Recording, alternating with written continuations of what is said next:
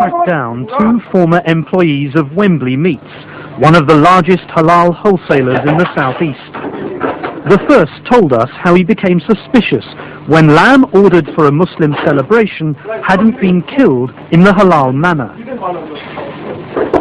You find some of the neck is not even cut properly, and some of them is like bullet hair and this on head and neck and all this. Then that's how we find out it's not halal. We had some poultry turkeys in, and I asked him whether it's halal turkey, and his answer was that whatever comes into the warehouse, once it comes to the warehouse, is halal. And Iqbal, a driver for another halal meat company, told us what happened when he tried to check whether Wembley Meat suppliers produced halal. If they were bothered about whether they were selling halal or haram, they would have to send their own people out to these abattoirs, because I've contacted these certain abattoirs myself in the past, rang them up and asked if they actually do a halal killing, and they go, there's no way we can do it because we're too busy, and we don't want the halal kill to slow our line down because of the production they do. On Monday the 24th of January, we watched a lorry from one abattoir, Herefordshire-based Mead Webber, deliver a load of lambs to Wembley Meats. Was the meat halal? We checked with an independent source, the vet responsible for overseeing all slaughter at the Mead Webber abattoir, who told us, I can confirm that there was no Muslim slaughterman at Mead Webber on Monday the 24th of January, nor for the previous month. So we rang Mr. Mead of Mead Webber. First, we asked if Wembley Meats was one of his customers. Wembley Meats, yeah, I sell Wembley Meats. Right. Mr. Ahmed. Right. Now, I mean, did you serve them last Monday, for example? Yes, we did. The 24th? I sell them every Monday, yeah. Right, and what do they take then? Lambs. But the one for last Monday, so they're last Monday's delivery? Not halal, no. Do you think he passes, do you think he calls it halal? Do I think he calls it halal? The sort of weight lamb he buys of us, I would assume, would go towards the English type trade, to be quite honest with you. Oh, it's a different weight lamb. But, I don't run his business. I don't know what he passes it on as. I know what I sell to him.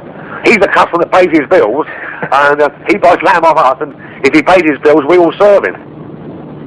So where was this consignment of non-halal meat going?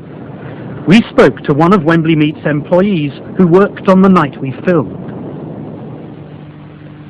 That night, I mean, it's the same as every other night. There were about 3 to 4 deliveries that came. My job was to offload the meat from those lorries and put it in my lorry. Most of the meat on that night, which I put in my lorry, was from Mead Webber.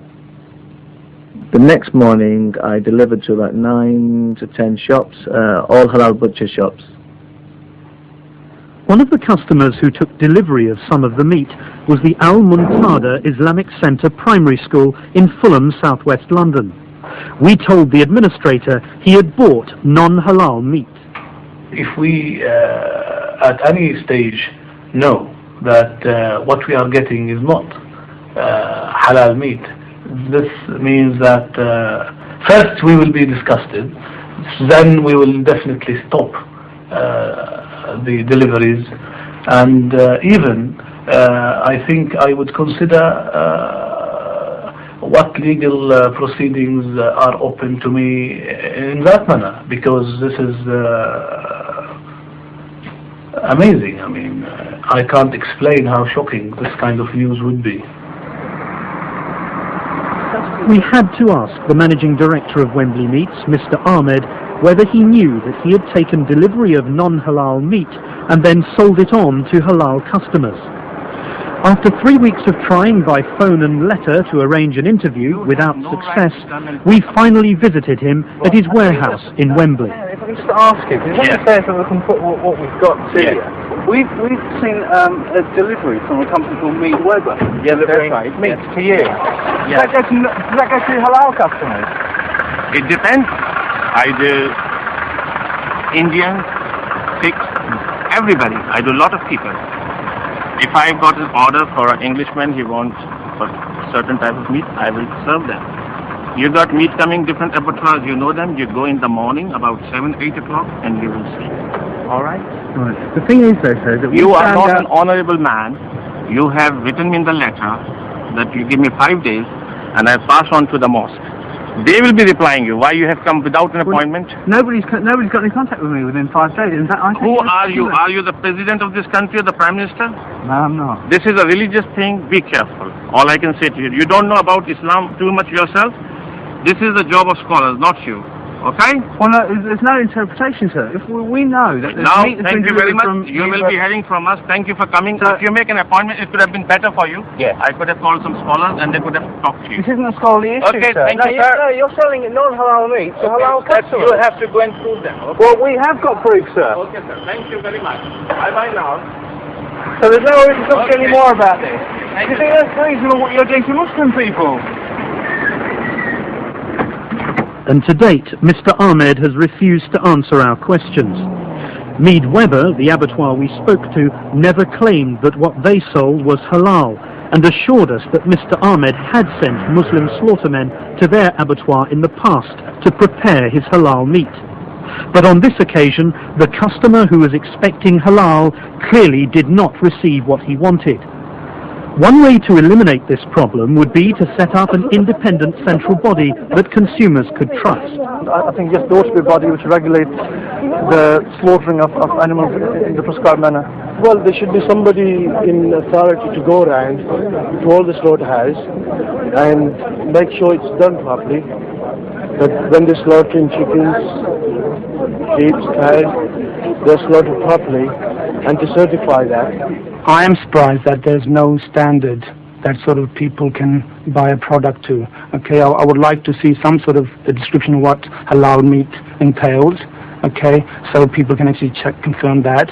Further, I would like to see that maybe the product itself has some sort of stamp on there, whatever, which confirms that it's halal. There is a model for Muslims to copy. The Jewish community's requirements for kosher meat is just as rigorous as halal and no less important. They've had a system of tags and tamper-proof seals for the last 300 years. It begins immediately the animal is slaughtered. A seal is immediately put onto this animal to make sure they know with a number that it's fit for kosher consumption. It is then skinned, and the meat that comes out is then rolled. Small seals are put on. If at any stage the seals or anything like that falls off this meat, then of course it renders it unfit for kosher consumption because nobody would know which was kosher and which wasn't kosher. Retailers register with what is known as the Board of Shakita and pay a fee to be licensed and inspected by religious supervisors employed by the board. While the cost of the system is passed on to the consumer, members of the Jewish community believe it's a price worth paying. The Jewish public feel that it's worthwhile paying the extra for kosher meat because there can be no abuse of the system and they are getting exactly what they're paying for. The Jewish system gives total confidence to the consumer, and the Board of Shakita's guarantee gives kosher products a legitimacy that everyone recognizes.